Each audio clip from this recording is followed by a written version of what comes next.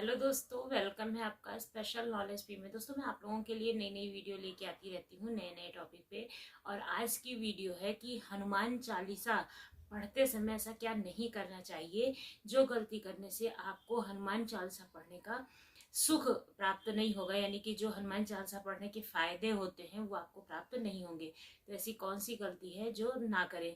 भक्त बजरंग बली को प्रसन्न करने के लिए अधिकतर हनुमान चालीसा का पाठ करते हैं।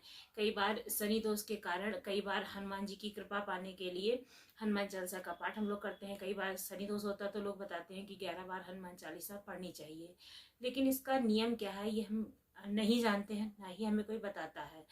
तो ये छोटी छोटी सी गलतियां होती हैं जिन पर ध्यान रखना बहुत ही ज़रूरी होता है। अगर हम उन गलतियों पे ध्यान नहीं देते हैं तो हम जो हनुमान चालीसा है उसका शुभ फल प्राप्त नहीं कर पाते हैं।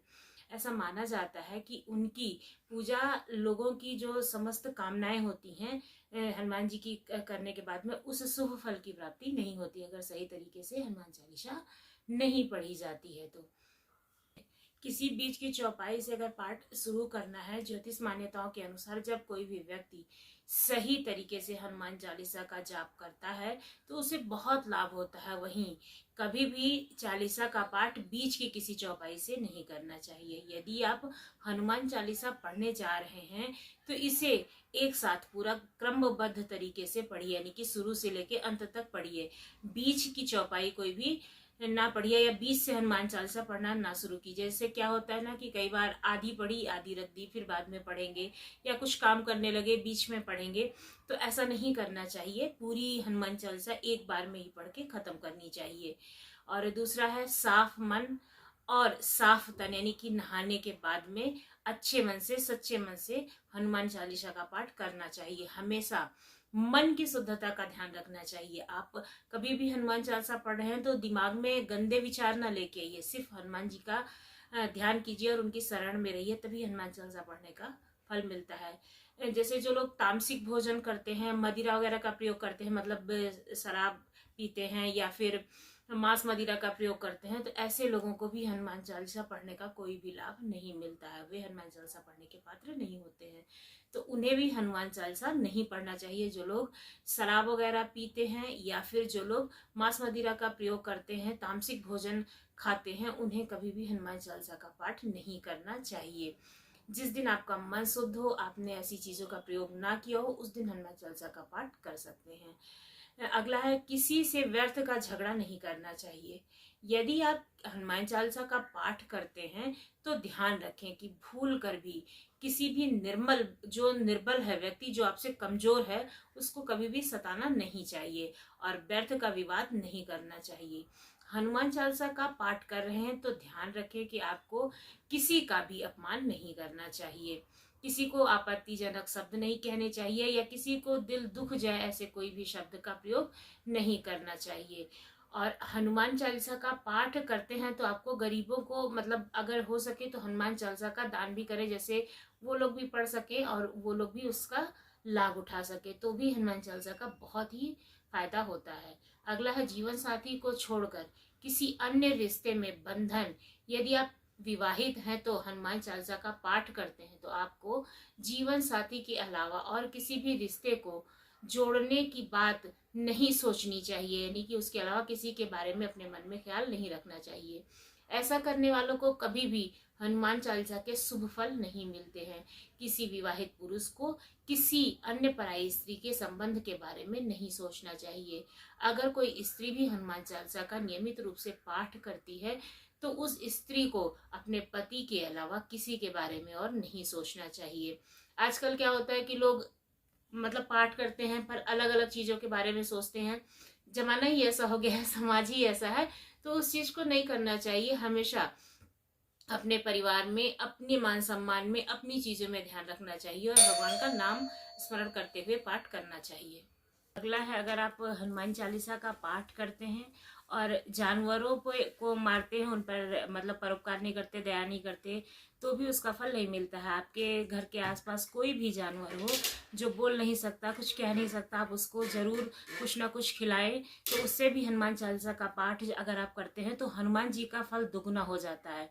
तो कभी भी किसी भी जानवर को सताना नहीं चाहिए, बल्कि उसके साथ अच्छा व्यवहार करना चाहिए, उसको खाने पीने की चीज़ देनी चाहिए जैसे कि उसका पेट भर सके। कई बार क्या होता है, चाहे कोई इंसान हो, गरीब हो या अमीर हो, चाहे कोई भी इंसान हो या जानवर हो, अगर आप उसको कोई भी चीज़ देते हैं, उसके दिल को अच्छा लगता है तो वो आपको आशीर्वाद देता है। मुंह के सामने से आशीर्वाद अगर वो नहीं भी देगा, मतलब सामने से खुल के आशीर्वाद नहीं देगा ना, तो उसका अंदर से जो आत्मा है ना वो आपको आशीर्वाद देगी। तो आपको हमेशा इस बात का ध्यान रखना चाहिए। और अगर हनुमान चालीसा का पाठ आप करते हैं तो कभी भी जल्दबाजी नहीं करनी चाहिए कि जैसे श्लोक गलत ना हो, आपको धैर्यपूर्वक उसका पाठ करना चाहिए। राम का नाम लिए बिना कभी भी हनुमान चालीसा की शुरुआत नहीं करनी चाहिए। सभी इस बात से परिचित हैं कि हनुमान जी राम जी के परम भक्त हैं, इसलिए भगवान राम का नाम लिए बिना हनुमान चालीसा का पाठ कभी भी नहीं करना चाहिए। पूर्ण नहीं माना जाता है, वरना आप इसके फल से वंचित रह जाएंगे।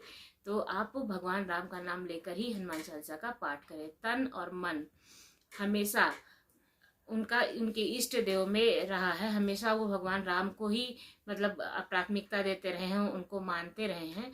तो उनका नाम लेने के बाद में हनुमान चालीसा का पाठ करें और कम से कम 11 बार जरूर करें, क्योंकि कहते हैं ना कि 11 रुद्र है।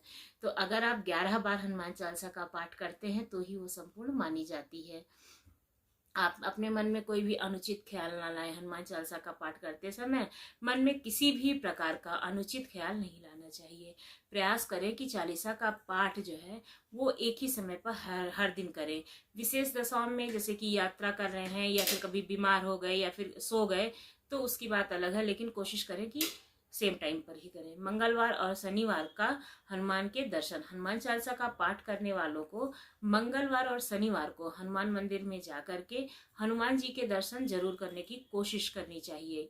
यदि आप मंगलवार को या शनिवार को हनुमान मंदिर में जाकर उनके सामने घी का दीपक जलाते हैं तो और हनुमान चालीसा का पाठ वहीं पर बैठ करके बड़े बड़े शब्दों में यानी कि तेज शब्दों में करते हैं और फिर अपने कष्ट के बारे में उनसे कहते हैं तो आपका कष्ट अवश्य ही दूर होगा।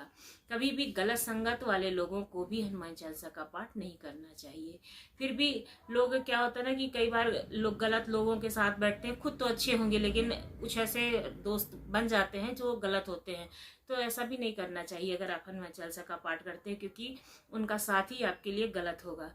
और ज्योतिष के अनुसार मंगलवार के दिन 3 बार पाठ करना बेहद शुभ माना जाता है। जब भी आप पाठ करें तो सबसे पहले एक पात्र में जल भर करके रख लें। उसके बाद जब हनुमान चालीसा का पाठ संपन्न हो जाए तो फिर उस जल को ग्रहण कर लें। इससे आपको लाभ तो मिलेगा ही, साथ ही हनुमान जी भी जमकर आपके ऊपर कृपा बरसाएंगे। तो आप ऐसा जरूर कीजिएगा। और 15वां है सूतक काल में। परिवार में जब किसी इंसान की मौत हो जाती है तो वहां पर हनुमान चालीसा का पाठ नहीं करना चाहिए। जब भी परिवार में किसी की मृत्यु हो जाती है तो वहां पर सूतक काल माना जाता है। तब तक हमें हनुमान चालीसा और किसी भी देवी देवता की, हनुमान चालीसा ही क्या किसी भी देवी देवता की या किसी भी मंदिर में जाना वर्जित माना जाता है, तो ही ऐसा नहीं करना चाहिए। कहते हैं कि कुछ लोग नहाने के तुरंत बाद सिर्फ जो है टॉवल लपेट करके भीगे शरीर के साथ हनुमान चालीसा का पाठ करने लगते हैं, जबकि यह बिल्कुल गलत तरीका है। ज्योतिष के अनुसार सुबह स्नान आदि करने के बाद लाल धोती पहनकर हनुमान जी के चित्र या मूर्ति के सामने बैठकर नियम पूर्वक हनुमान चालीसा का पाठ करना चाहिए, यानी कि खड़े खड़े हनुमान चालीसा का पाठ नहीं करना चाहिए।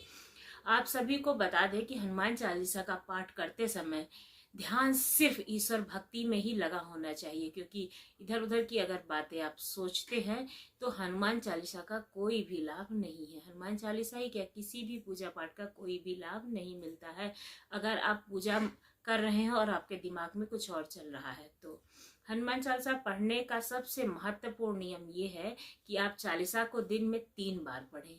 सबसे पहले आपको सुबह नहाकर साफ सुथरे कपड़े पहनकर के हनुमान चालीसा का पाठ करना चाहिए और फिर इसके बाद में दोपहर में फिर रात में सोने से पहले भी 1 बार हनुमान चालीसा का पाठ करना चाहिए। महिलाओं को हनुमान जी की उपासना करनी चाहिए, लेकिन उपवास नहीं रखना चाहिए। क्योंकि कहते हैं कि जो स्त्रियां रजस्वला होती हैं उन्हें हनुमान जी का व्रत नहीं रखना चाहिए, वो नुकसानदेह होता है उनके लिए। तो फिर आप इस बात का हमेशा ध्यान रखें। पुरुष है तो आप कभी भी रख सकते हैं मंगलवार का व्रत। हनुमान चालीसा एक पवित्र जगह पर बैठकर ही पढ़ना चाहिए। खास करके आप अपने घर के पूजा स्थल में या फिर किसी मंदिर में या फिर तीर्थ स्थल पर आप इसका पाठ कर सकते हैं, और साफ सफाई का विशेष ध्यान रखें। उम्मीद करती हूँ कि आपको हनुमान चालीसा की ये जो संबंधित बातें हैं, जो जानकारी है, वो आपको पसंद आई होगी। अगर वीडियो पसंद आई है तो हमारे चैनल को लाइक करें, शेयर करें और सब्सक्राइब करना बिल्कुल ना भूलें। और अगर आप हमारी बात से सहमत हैं तो आप कमेंट्स बॉक्स में कमेंट्स लिखकर जरूर बताएं। धन्यवाद।